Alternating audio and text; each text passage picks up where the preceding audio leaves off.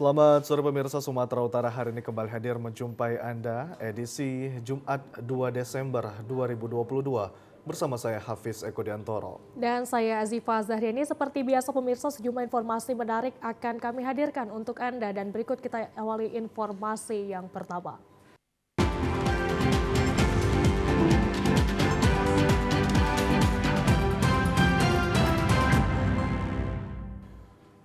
Pemirsa, akibat intensitas curah hujan tinggi membuat jalan lintas Sumatera Labusel Gunung Tua longsor. Dusun Simandiangin, Desa Sabungan, Kecamatan Sungai Kanan, Kabupaten Labuhan Batu Selatan. Beginilah kondisi jalan lintas Barat Sumatera amblas akibat kikisan derasnya aliran air hujan mengalir pada gorong-gorong yang berada di bawah badan jalan dan membuat amblasnya badan jalan sepanjang 3 meter dengan kedalaman 5 meter membuat arus lalu lintas menjadi macet panjang karena kendaraan mobil berat sulit melintas. Aspal sisa badan jalan yang bisa dilalui semakin menyempit dan rawan longsor. Menurut warga setempat, Salman, amblasnya badan jalan akibat tingginya curah hujan, diharapkan pemerintah segera memperbaiki jalan yang amblas ini agar kembali bisa dilalui. Harapannya agar cepat diperbaiki, Pak. Ini selama ini sering terjadi seperti ini? Sudah sering terjadi, ya. Akibat sudah lama kali, Pak. Memang rata-rata sedikit sudah ada itu, memang dari dulu sudah ada, Pak. Jadi dugaan sementara setahu abang apa ini bang? Karena apa? Ada hujan semalam, Pak, deras sekali hujannya. Gorong-gorongnya sudah nggak mampu lagi nampung airnya, makanya longsor dia. Di tempat yang sama, Kepala Daerah Labuhan Batu Selatan Edi Min menjelaskan bahwa pemerintah akan segera memperbaiki jalan lintas Sumatera yang longsor ini. Penyebab sementara akibat curah hujan tinggi, maka gorong-gorong berada di bawah badan jalan tidak sanggup menahan derasnya aliran air. Jadi kita langsung kita kontak sama balai jalan di provinsi dan ketepatan balai jalan sudah datang dan turun. Ini langsung dikerjakan. Harus siap dia hari ini. Supaya akses tidak putus nanti. Untuk sementara ini akses mobil berat kita larang lewat dulu, yang kita kasih yang mobil ringan dulu lewat. Kita takut nanti longsor menyusul. Terlihat pihak Balai Pekerjaan Umum Bina Marga Sumut langsung memantau lokasi jalan amblas. Akibat amblasnya badan jalan tersebut membuat kendaraan sulit untuk melintas hingga terjadi antrian kendaraan dan macet panjang. Ya, sementara itu pemirsa, beberapa daerah di Pulau Nias masih terisolir akibat belum memadainya akses jalan dan jembatan penghubung. Menjawab keluhan masyarakat di daerah itu, pemerintah secara bertahap fokuskan pembangunan infrastruktur termasuk di kawasan strategis. Belum terwujudnya secara maksimal upaya pengentasan keterisoliran berbagai aspek kehidupan sebagai tema pembangunan beberapa daerah di Pulau Nias. Hal tersebut terpantau dari sejumlah kawasan pelosok desa dan perkampungan yang memiliki potensi dan kekayaan sumber daya alam, namun tidak dibagi dengan akses transportasi jalan penghubung yang memadai. Kurang memadainya akses tersebut dipengaruhi kerusakan bangunan infrastruktur atau belum tersentuhnya pembangunan sama sekali. Namun saat ini untuk membantu kesulitan yang telah lama dialami masyarakat daerah itu, pemerintah dari semua tingkatan termasuk pemerintah Provinsi Sumatera Utara secara bertahap melakukan upaya perbaikan dan pembangunan. Saat ini dengan dukungan program multi-years telah difokuskan untuk pembangunan sejumlah infrastruktur jalan strategis termasuk jembatan serta saluran parit pada kawasan permukiman. Hadirnya program ini pun menjadi akses warga lokal menjadi tenaga kerja. Jadi kami sangat berterima kasih buat pemerintah karena sudah memberikan bantuan untuk membuat parit di sini, dan kami sangat beruntung sekali bisa dipakai menjadi tenaga kerja di sini. Oke, itu digaji abang setiap hari berapa, Bang? 80.000. Pemerintah Provinsi Sumatera Utara yang terus menerima desakan dari warga Pulau Nias ini menargetkan pelaksanaan pembangunan peningkatan jalan dan infrastruktur strategis harus dikerjakan sebagaimana estimasi waktu ketentuannya. Gubernur Sumatera Utara Edi Rahmayadi pada kunjungan sebelumnya telah memastikan sejumlah lokasi sentra pertanian dan sumber daya alam lainnya dari pelosok Nias akan dapat dijangkau akses transportasi bila program multi-years selesai dikerjakan tahun 2023 nanti. Sampai anggaran 276 miliar lebih untuk jembatan dan jalan. Dan jalan inilah yang sangat dibutuhkan oleh rakyat Nias karena menyambung dari jalan-jalan ruas nasional, jalan provinsi, dan jalan kabupaten. Dalam rangka apa? Dalam mendukung terkhusus adalah pertanian. Mengeluarkan tanaman, hasil tanaman rakyat, hasil rakyat untuk dibawa ke kota. Pihak penyedia jasa konstruksi bangunan pemerintah serta pihak pengawasan selalu berkoordinasi kepada warga dalam pelaksanaan pembangunan daerah terisolir tersebut. Tim Diskrimsus Polda Sumatera Utara tangkap 4 mafia tambang emas ilegal yang beraktivitas di pinggir sungai Batang Natal dan menyita barang bukti 1 unit ekskavator. 1 unit ekskavator yang melakukan aktivitas penambangan emas ilegal di bantaran sungai Batang Natal, tepatnya di Desa Bangkelang, Kecamatan Batang Natal, Kabupaten Mandailing Natal, berhasil diamankan tim gabungan Polda Sumatera Utara, Polres Madinah, TNI, dan unsur Forkopimda Mandailing Natal. Sebelumnya petugas Diskrimsus Polda Sumut menangkap 4 orang mafia tambang emas ilegal. Keempat orang pelaku penambang dan barang bukti ekskavator diamankan sementara di Mako Polres Madinah guna penyidikan dan pengembangan lebih lanjut. Kanit Diskrimsus Polda Sumatera Utara Ibtu Gunawan mengatakan sebelumnya tim Diskrimsus Polda Sumut hanya melakukan penyidikan atas laporan masyarakat terkait aktivitas penambangan emas ilegal di bantaran sungai. Namun pada saat penyidikan menemukan aktivitas penambangan di bantaran sungai dan akhirnya tim melakukan penindakan dan mengamankan 4 pelaku mafia tambang serta 1 unit ekskavator. Selanjutnya keempat pelaku ini akan dibawa ke Polda Sumut untuk keperluan penyidikan, sementara barang bukti akan dititipkan ke Markas Satbrimob Batalion C Polda Sumut di Sipirok. Dalam penyelidikan itu memang benar adanya kita temukan kegiatan yang terpadam mata secara terang-terangan dan menindakkan kesepakatan yang sudah disepakati oleh seluruh puspika di Kabupaten Madinah ini. Dengan itu kita melakukan penindakan supaya tidak berulang dan memberikan efek jerah sekaligus untuk mengantisipasi kegiatan-kegiatan yang lain.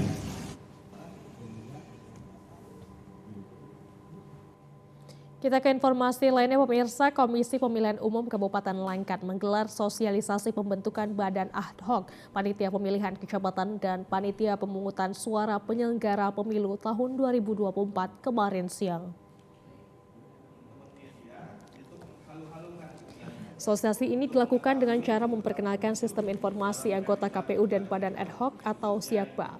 Sosialisasi ini juga dilakukan bersama para jurnalis guna memberikan informasi lebih luas kepada masyarakat yang ingin mendaftar menjadi PPK dan PPS Pemilu 2024. Agar informasi yang disampaikan ke masyarakat lebih maksimal. KPU Kabupaten Langkat juga melakukan publikasi maksimal lainnya seperti menempel pengumuman pendaftaran PPK di 23 kecamatan yang ada di Kabupaten Langkat melalui akun media sosial yang ada, dan bagi warga Kabupaten Langkat yang sudah pernah menjadi anggota PPK tidak dibatasi serta dibolehkan mengikuti pendaftaran kembali dan jumlah PPK 5 orang. Divisi Sumber Daya Manusia Sosdikli dan Parmas KPU Kabupaten Langkat, Mahfiro Fitri, mengatakan menggelar coffee morning bersama para jurnalis sekaligus sosialisasi agar informasi yang disampaikan ke masyarakat yang ingin mendaftar menjadi PPK dan PPS Pemilu 2024 lebih maksimal. KPU Kabupaten Langkat juga menyiapkan sarana dan prasarana yang memadai. Hal ini untuk memfasilitasi para pendaftar yang hadir secara luring di kantor KPU Langkat dan masyarakat yang mengalami kesulitan informasi terkait pendaftaran bisa langsung datang ke kantor KPU Kabupaten Langkat. Disosialisasikan aplikasi SIAKBA yang digunakan sebagai alat dukung untuk memudahkan masyarakat mendaftar sebagai anggota PPK. Sinergi tentunya ya dari antara KPU dengan media agar pendaftaran ini dapat disebarluaskan secara masif sehingga masyarakat kita mengetahui bahwa pendaftaran PPK sudah dimulai. Pelayanan pendaftaran PPK Pemilu 2024 akan dilaksanakan mulai 20 sampai 29 November 2022. Ya pemirsa, sejumlah informasi aktual lainnya akan kami hadirkan sesaat lagi. Tetaplah bersama kami akan segera kembali.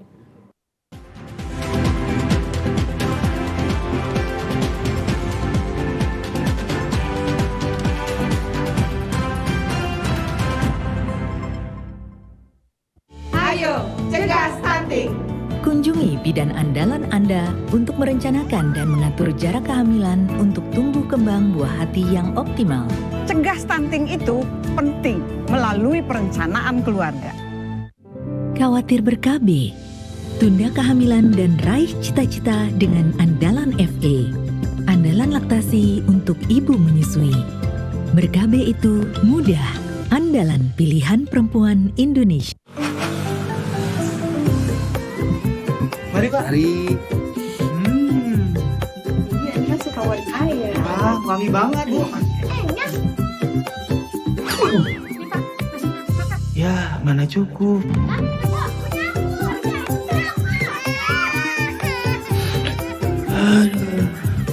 KB pria penting untuk perencanaan keluarga dan mencegah anak stunting.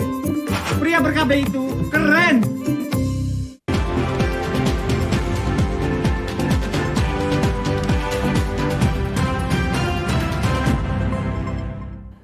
Pimpinan Cabang Nahdlatul Ulama Kota Medan bersama Pemko Medan menggelar pemberantasan buta aksara Al-Quran metode Al-Hira sistem 24 jam kepada 120 guru pendidikan agama Islam di Kota Medan bertempat di Hotel Grand Jami Medan kemarin.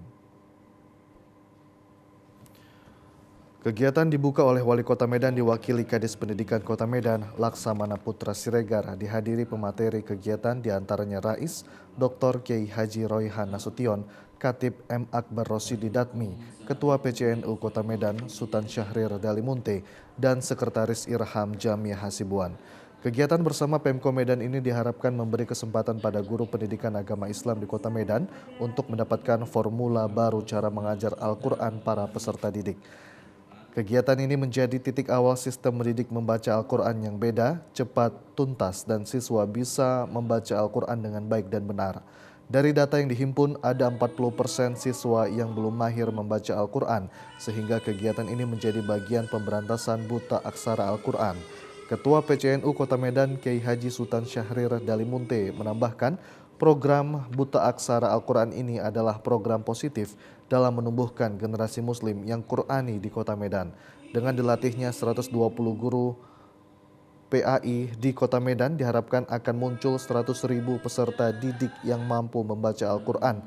Setelah itu akan berlanjut pada sistem hafal Al-Quran. Pihaknya akan berupaya membumikan Al-Quran di Kota Medan dengan penambahan jumlah anak yang mampu membaca Al-Quran lebih banyak lagi. Para siswa diharapkan mampu membaca dengan baik dan benar. Di Sumatera Utara, bagaimana kita bersinergi dengan Dinas Pendidikan Kota Medan untuk memberantas buta aksara Al-Quran ini. Dan akhirnya nanti kita akan mencapai juga apa yang diinginkan oleh pemerintah Kota Medan, bahwa dari maghrib mengaji itu akan melahirkan nanti qori dan qoriah, bahkan hafiz dan hafizah, mufassir dan mufassirah. Wali Kota Medan diwakili Kadis Pendidikan Kota Medan Laksamana Putra Siregar menyambut positif kegiatan pemberantasan buta huruf Al-Quran. Ini merupakan salah satu perhatian Nahdlatul Ulama Kota Medan bersama seluruh komponen penyuluh dalam upaya pembinaan umat dalam melaksanakan pembinaan. Bentuk program pemberantasan buta huruf Al-Quran dalam bentuk pembinaan pendidikan anak lewat guru agama diharapkan dapat membentuk generasi bangsa yang Qurani. Dengan adanya pelatihan ini, kami pemerintah Kota Medan, khususnya Dinas Pendidikan, berterima kasih kepada pengurus cabang NU yang telah membuat acara pelatihan pemberantasan buta aksara Al-Quran ini, dan ke depan kita tentunya berharap bahwa ini bisa disinergikan dengan pemerintah Kota Medan, dengan Dinas Pendidikan untuk memastikan anak-anak kita sejak usia dini itu sudah memahami Al-Quran, sudah bisa membaca, menulis, dan untuk selanjutnya nanti bisa muncul ya hafiz dan hafizah yang mewakili Kota Medan untuk event-event seperti MTQ dan sebagainya.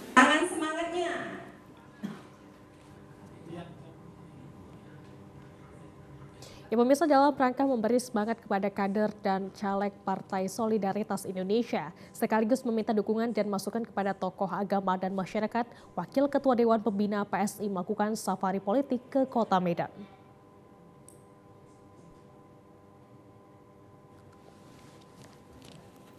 Safari politik yang dilakukan Wakil Ketua Dewan Pembina PSI Grace Natali menemui sejumlah tokoh masyarakat dan tokoh agama untuk membangun hubungan baik PSI yang sudah dibina selama ini.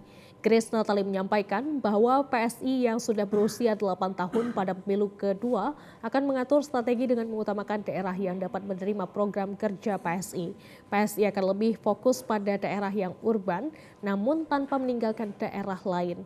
Cita-cita PSI tidak lagi mengedepankan politik identitas, namun akan mendorong kader yang maju menjadi calon legislatif tanpa mempersulit demi mewujudkan misi PSI dalam mendukung program pemerintah untuk menjadikan Indonesia maju.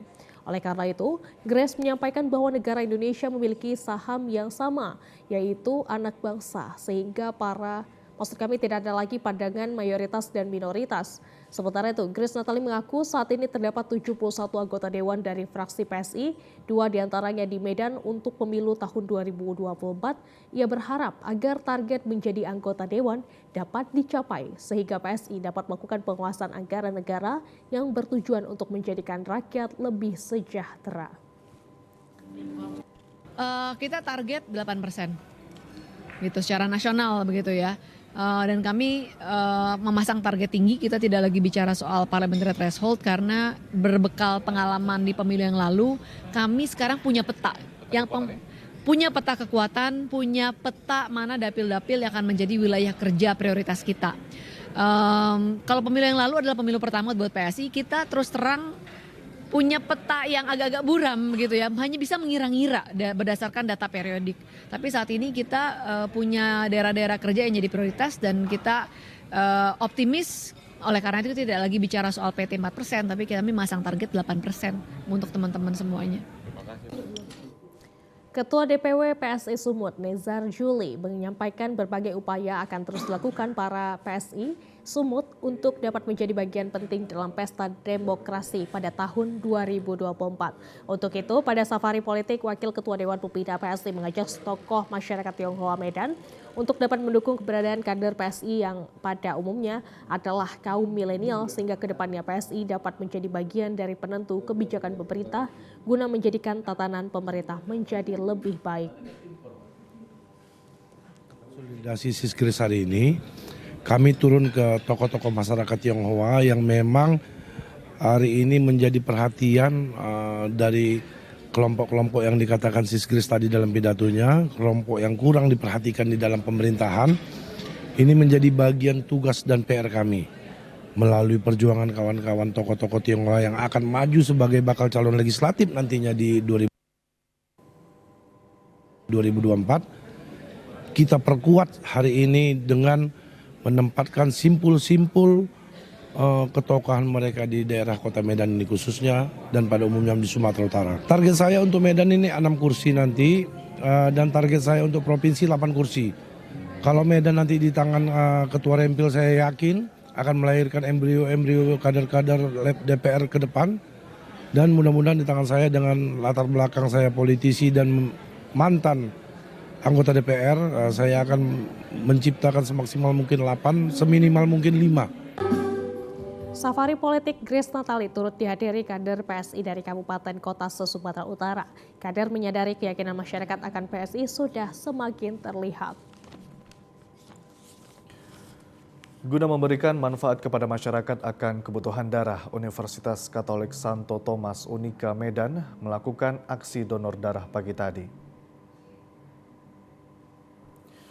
Pelaksanaan donor darah yang dilaksanakan oleh Ikatan Keluarga Besar Alumni Fakultas Hukum Universitas Katolik Santo Thomas IKFHUST Medan dan Persaudaraan Advokat Alumni Universitas Katolik Santo Thomas PAUKST diikuti oleh seluruh civitas akademika dan masyarakat umum di Gedung Fakultas Hukum Unika Santo Thomas Medan.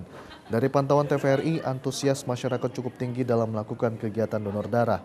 Mengingat beberapa tahun kemarin, minat masyarakat untuk donor darah menurun akibat pandemi COVID-19.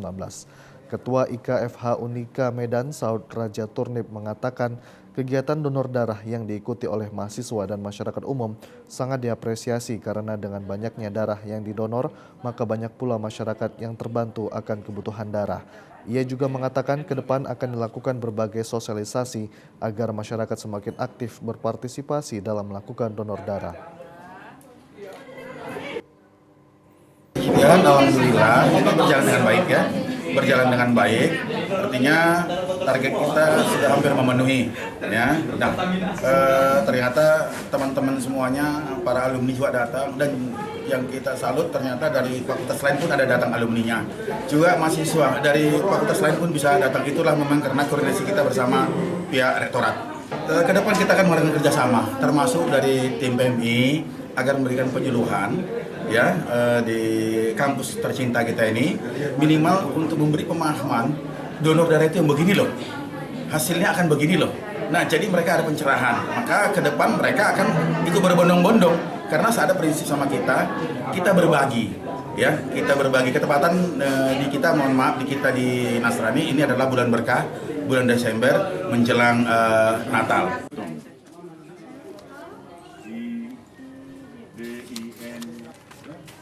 Rektor Unika Santo Thomas Medan Maidin Gulto mengucapkan terima kasih kepada para pendonor yang telah berpartisipasi dan alumni Unika Santo Thomas Medan yang telah melaksanakan kegiatan donor darah. Jadi saya pikir tindakan ini adalah hal yang positif menurut saya, di mana mungkin selama pandemi banyak orang yang mengalami penyakit atau mengalami musibah. Mungkin perlu mereka ini transfusi darah, dan kita tahu bahwa ya penyediaan darah ya untuk bisa ditransfusi kepada orang-orang yang membutuhkan itu sangat minim. Jadi saya berterima kasih banyak kepada para donor darah yang ada di Unika Santo Thomas, baik mahasiswa maupun tenaga kependidikan dan dosen yang mau menyumbangkan darahnya.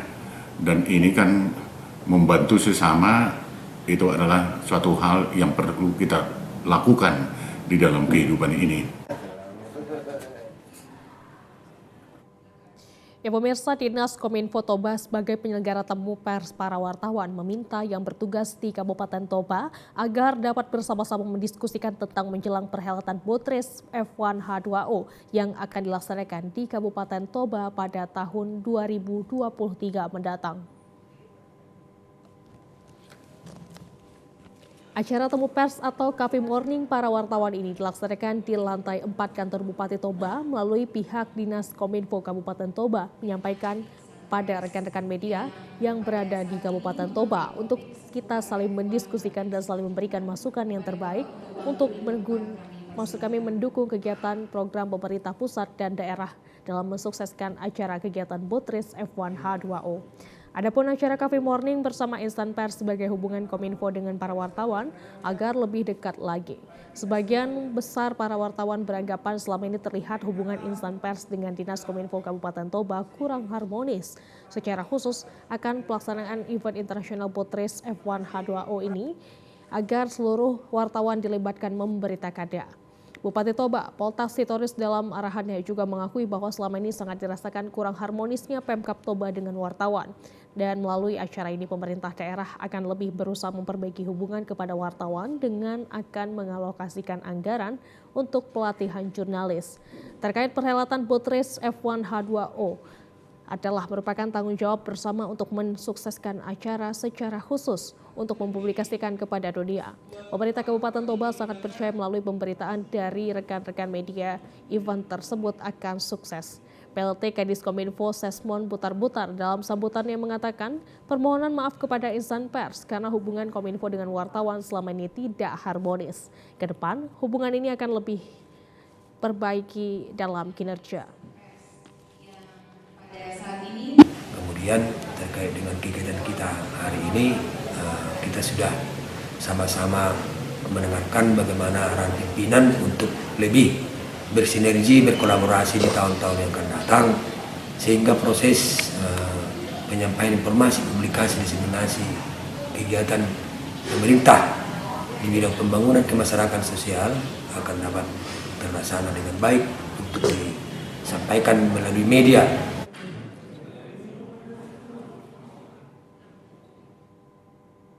Ya, pemirsa, Gubernur Sumatera Utara Edi Rahmayadi menyerahkan daftar isian pelaksanaan anggaran DIPA dan transfer ke daerah dan dana desa TKDD tahun 2023 pagi tadi. Pemberian DIPA dan TKDD tahun anggaran 2023 dilakukan di Aula Tengku Rizal Nurdin pagi tadi.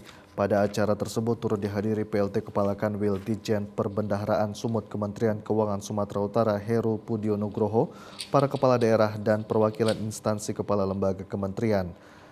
Alokasi anggaran pendapatan dan belanja negara APBN untuk Provinsi Sumatera Utara tahun anggaran 2023 sebesar 63,60 triliun, sebanyak 41,55 triliun dialokasikan ke dana TKDD, sementara untuk pengalokasian DIPA di Sumut 2023 sebanyak 22,5 triliun.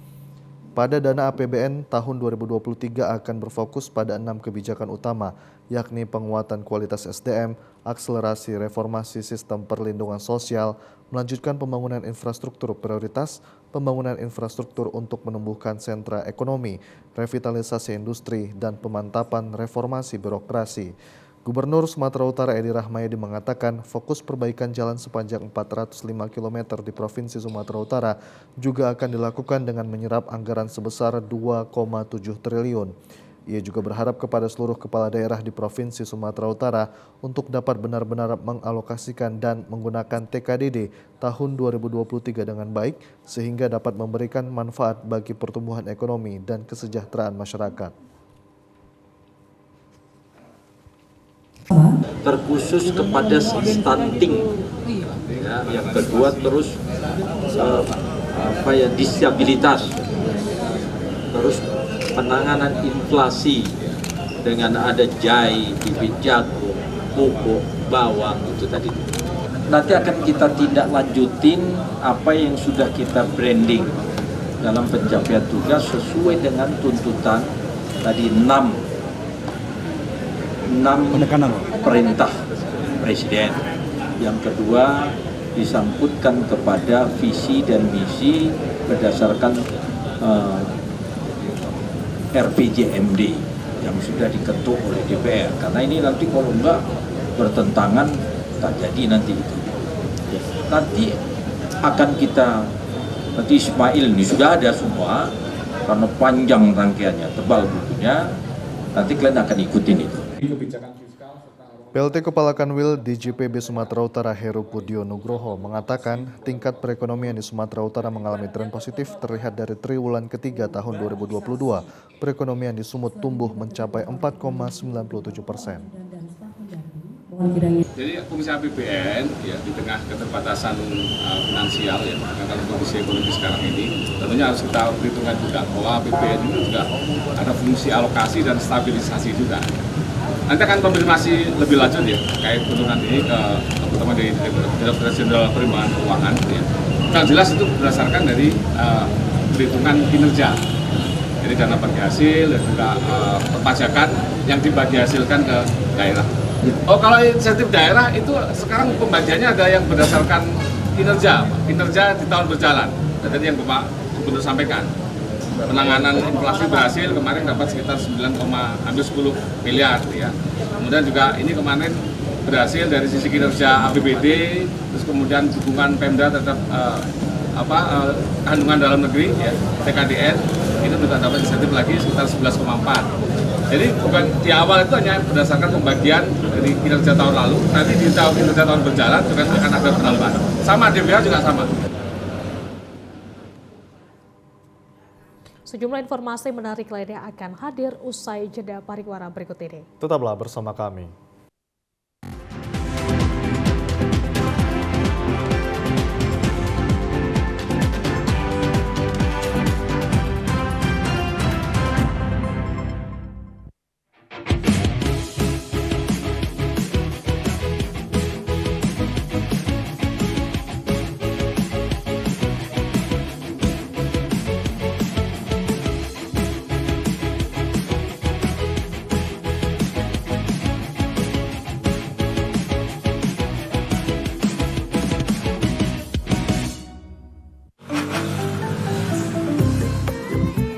Mari Pak. Ini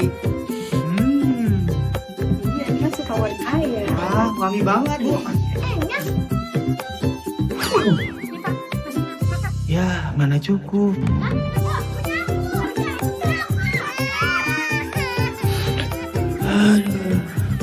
KB pria penting untuk perencanaan keluarga dan mencegah anak stunting.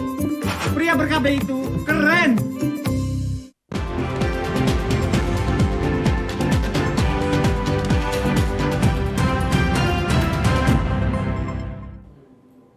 Pemirsa, penyaluran bantuan langsung tunai kepada masyarakat penerima manfaat dipercepat agar dapat membantu keperluan kesehatan, pendidikan, dan ekonomi keluarga.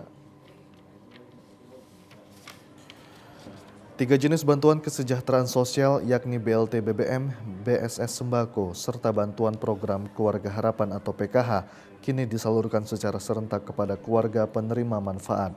Pemerintah pusat telah menunjuk PT Pos Indonesia sebagai penyalur bantuan kesejahteraan sosial tersebut. Pada 5 kabupaten kota di Kepulauan Nias terdiri atas Kabupaten Nias, Kabupaten Nias Utara, Kabupaten Nias Barat, kemudian Nias Selatan dan Kota Gunung Sitoli telah mulai disalurkan sejak 24 November 2022. Khusus wilayah salur cabang Pos Tuhemberua yang meliputi 3 kecamatan yakni Kecamatan Sitolu Ori, Kecamatan Tihemberua, dan Kecamatan Sawo, Nias Utara masih terus berlangsung penyalurannya. Total untuk penerimaan besarnya uang penerimaan bantuan ini ada 5.939.200 dan banyaknya KPM penerima 4.157 KPM. Sampai saat ini tidak ada yang menimbulkan masalah dan tetap tertib dan aman.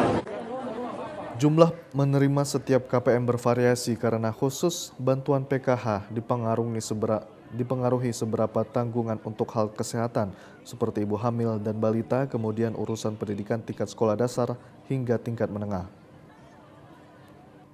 Ini saya menerima 19. Jadi untuk itu saya berterima kasih untuk yang memberikan ini, semua dapat selalu. Apa harapannya untuk kedepannya, Kak? Semoga semakin lancar dan selalu ada. Tapi ini bantuan nanti dipergunakan untuk apa nih, Kak? Terutama untuk kebutuhan keluarga. Penerima manfaat bantuan kesejahteraan sosial pada seluruh daerah ini harus menyadari pemanfaatan dana bantuan, terutama membantu keperluan kesehatan, pendidikan, dan ekonomi keluarga. Pemirsa, 2 kelompok tani di desa Menyabar Jaya terima bantuan bibit dan pupuk dari pemerintah daerah Kabupaten Mandailing Natal. Untuk meningkatkan ketahanan pangan menyambut tahun 2023 ini, pemerintah daerah Kabupaten Mandailing Natal menyalurkan bantuan bibit jagung mosa padi stunting dan cabai ke sejumlah kelompok tani di Kabupaten Mandailing Natal. Selain bibit, kelompok tani juga mendapatkan bantuan pupuk. Gerakan pembagian bantuan bibit ini bertujuan untuk menekan inflasi daerah dan bisa menurunkan angka stunting di Kabupaten Mandailing Natal.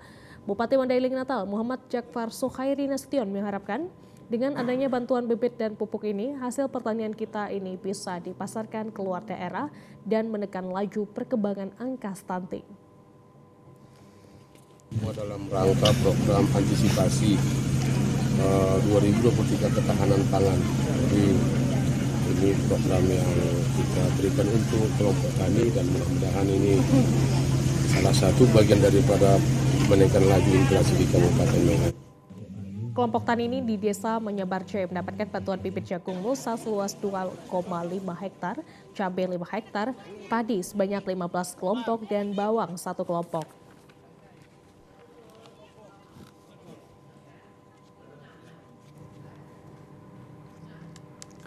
Kita ke informasi lainnya, pemirsa. Selama kita berada di jalan Allah menjadi momentum untuk menjadi insan yang bertakwa. Dengan mempelajari ilmu tauhid dan tasawuf, maka hati akan tenang dan segala permasalahan dapat diselesaikan. Hal tersebut terungkap pada kegiatan pengajian perempuan pecinta tauhid dan tasawuf bersama Forum Silaturahmi Majelis Taklim yang menggelar pengajian rutin bersama Majelis Masyarakat Binaan Wanita di Lapas Tanjung Kelas 2 Tanjung Gusta Medan.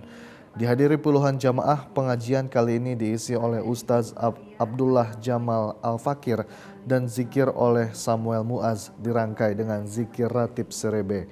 Dalam pengajian tersebut, Ustaz Abdullah Jamal Al-Fakir menyampaikan tema mengenal Allah lewat sentuhan kasih sayang melalui ilmu tauhid dan tasawuf yang disebarkan oleh Abuya Syekh Haji Amran Al-Khalidi. Dengan mengenal Allah serta ilmu tauhid dan tasawuf, maka hati akan tenang dan segala permasalahan dapat diselesaikan.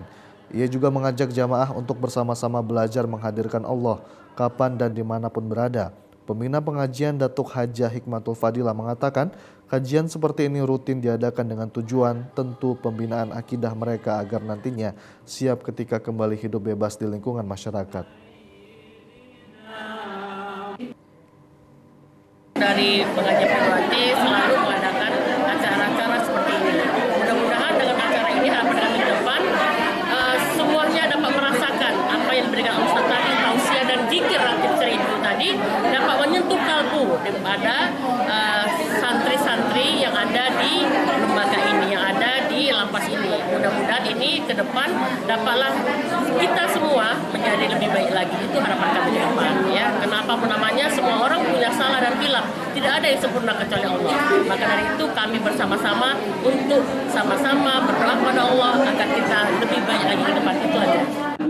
Kegiatan tersebut merupakan salah satu bentuk pembinaan kasih sayang kepada warga binaan untuk selalu mendekatkan diri kepada Pencipta sebagai momentum untuk terus memperbaiki diri dan menjadi lebih baik dari sebelumnya. Kegiatan diakhiri zikir ratib serebe dengan membagikan bingkisan kasih sayang berupa alat mandi dan alat sholat kepada 250 seluruh warga binaan Lapas Kelas 2 Tanjung Gusta Medan.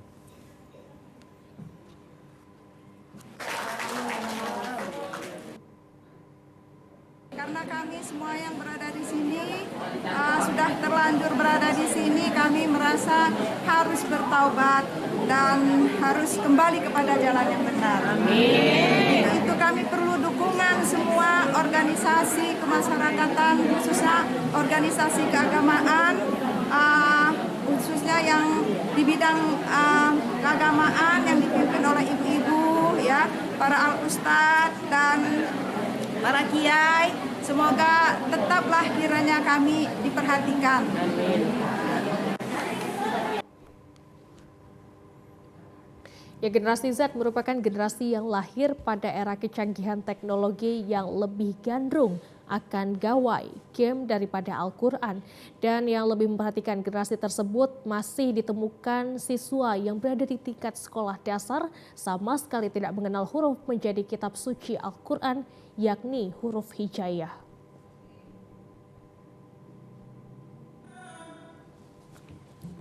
Berawal dari kondisi demikian, khususnya sekolah yang berada di naungan Kota Medan, pimpinan cabang Nahdlatul Ulama Kota Medan bersama Pemko Medan menggelar pemberantasan buta aksara Al-Quran metode Al-Hira sistem 24 jam kepada 120 guru pendidikan agama Islam di Kota Medan yang bertempat di Hotel Grand Jami Medan kemarin lewat program berantas buta aksara Al-Quran.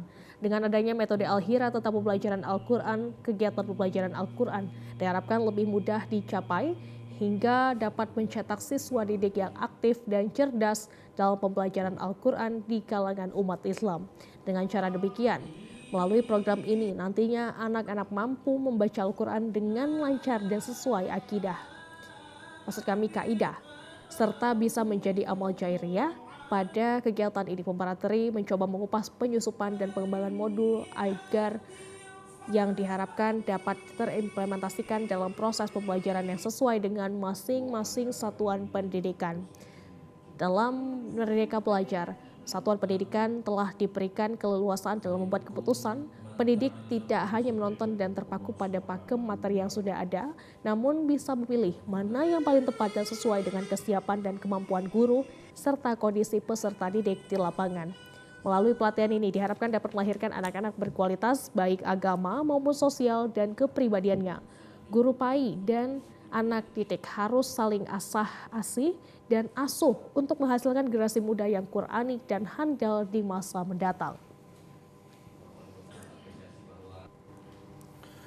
Ya, pemirsa, sejumlah informasi menarik lainnya akan kami hadirkan sesaat lagi. Tetaplah bersama kami.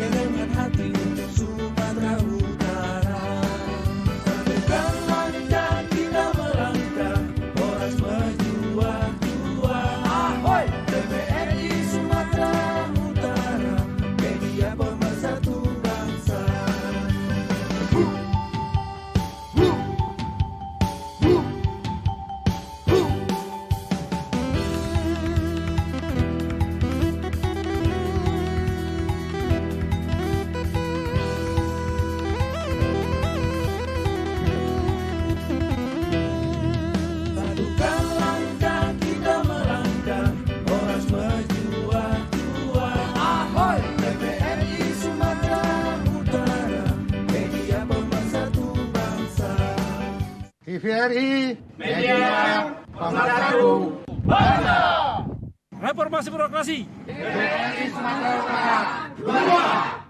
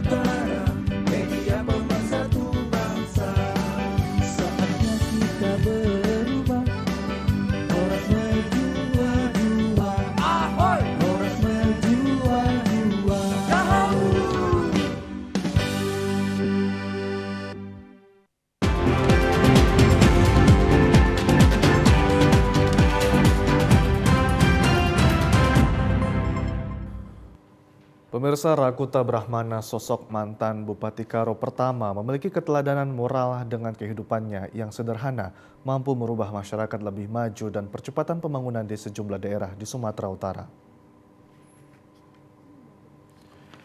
Keteladanan sosok Rakuta Brahmana, seorang putra daerah kelahiran di desa terpencil Limang, Kecamatan Tiga Binanga, Kabupaten Karo, merupakan seorang tokoh di masa awal kemerdekaan Indonesia. Kesederhanaan Rakuta Brahmana di kehidupannya sehari-hari membaur kepada masyarakat di berbagai lapisan, gemar membaca buku dan aktif berkomunikasi untuk membangun program bermanfaat di suatu daerah. Kiprahnya yang aktif, beliau pernah menjadi kepala daerah kabupaten kota di Sumatera Utara, diantaranya di Tanah Karo, Asahan, Tanjung Balai, dan Pematang Siantar, bahkan sebagai salah seorang pendiri PT Inalum serta mantan anggota DPR RI. Keteladanan sosok Rakuta Brahmana sebagai seorang pemimpin yang cerdas menjadi ketertarikan tersendiri dan menjadi sejarah dituangkan ke dalam bentuk buku. Penulis buku Keteladanan dari Limbang Rakuta Sembiring Brahmana 1914 hingga 1964, Suprayitno mengatakan kehidupannya yang sederhana, sosok Rakuta Sembiring Brahmana memiliki prestasi pengabdiannya memajukan pembangunan bangsa dan negara Indonesia menjadi keteladanan dalam bentuk buku. Sebuah rumah yang sangat sederhana, dinding papan atap seng, dan ketika meninggal itu istrinya kembali bertanya. Jadi ini bisa jadi contoh bagi kita, bagi bangsa kita, terutama bagi pemimpin, begitulah mengabdi kepada negara. Kira itu ide dasar untuk menulis dokumen. Ketua Panitia Peluncuran Buku Keteladanan dari Limbang Rakuta Sembiring Brahmana 1914 hingga 1964, Yunita Setiana Sembiring mengatakan sosok Rakuta Brahmana menjadi tokoh sejarah dikemas dalam buku didukung Pemprov dan masyarakat sejarah Indonesia, direkomendasikan sebagai pahlawan nasional. Tentu kita punya harapan ya terhadap satu sosok yang kita bicarakan pada hari ini lewat bukunya, yaitu Rakuta Brahmana Keteladanan dari Limang. Yang pertama tentu menjadi inspirasi buat kita, memotivasi kita di dalam sikap hidupnya. Seperti salah satu, meskipun beliau itu seorang pejabat pada masanya, tetapi tetap menerapkan hidup sederhana. Lalu kemudian tentu juga punya suatu harapan yang lebih besar. Mudah-mudahan beliau bisa kita usung menjadi salah satu pahlawan nasional yang berasal dari Sumatera Utara.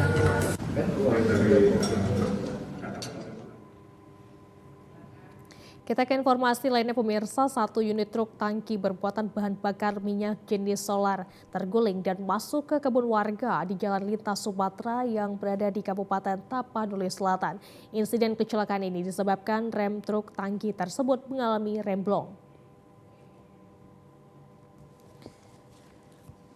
Satu unit truk tangki berlogo Pertamina dengan nomor polisi BK8253WO terguling dan masuk ke kebun salak milik warga di Jalan Lintas Sumatera, Desa Parsalakan, Kecamatan Angkola Barat, Kabupaten Tapanuli Selatan, Kamis sore.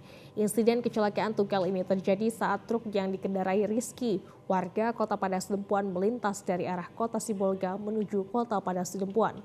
Namun naas, di jarak 800 meter sebelum lokasi kejadian, truk bermuatan bahan bakar minyak jenis solar seberat 16 ton tersebut mengalami remblong. Melihat hal itu, sang supir berusaha mengendalikan laju kendaraannya dengan kondisi jalan menurun dan berliku hingga menyebabkan laju kendaraan semakin kencang. Guna menghindari kecelakaan, sang supir banting setir ke arah kanan hingga akhirnya masuk ke kebun salak milik warga dan terguling. Ya dari turunan atas sana orang ini yang belum rem. Rem belum? Iya. Apa muatan kita ini? Solar. Rencananya kita dari mana mau kemana ini? Dari Sibolga mau ke Sibolga. Dari depot.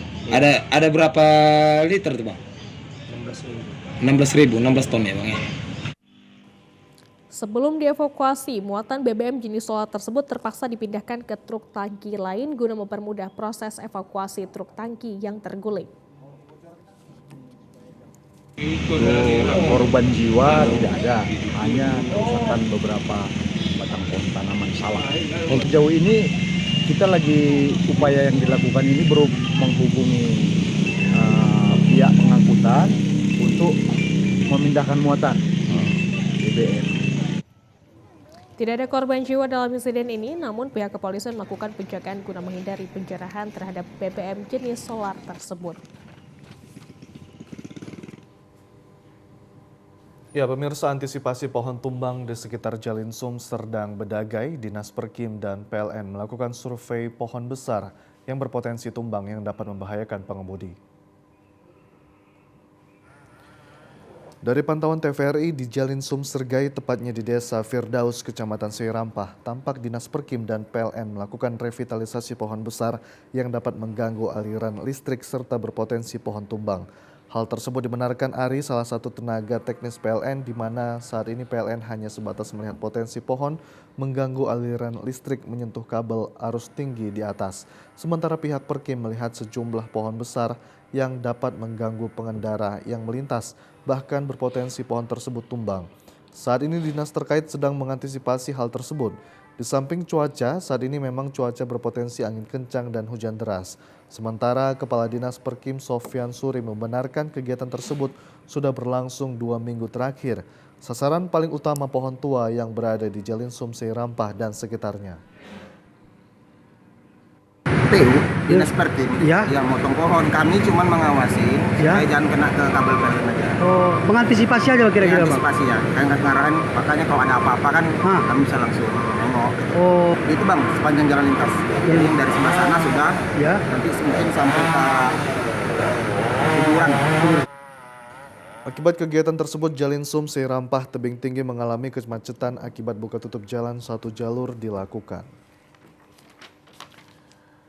Pemirsa, informasi tadi sekaligus menutup perjumpaan kita pada sore hari ini. Saya Hafiz Eko Diantoro. Dan saya Ziva Zahdenis. Terima kasih dan sampai jumpa.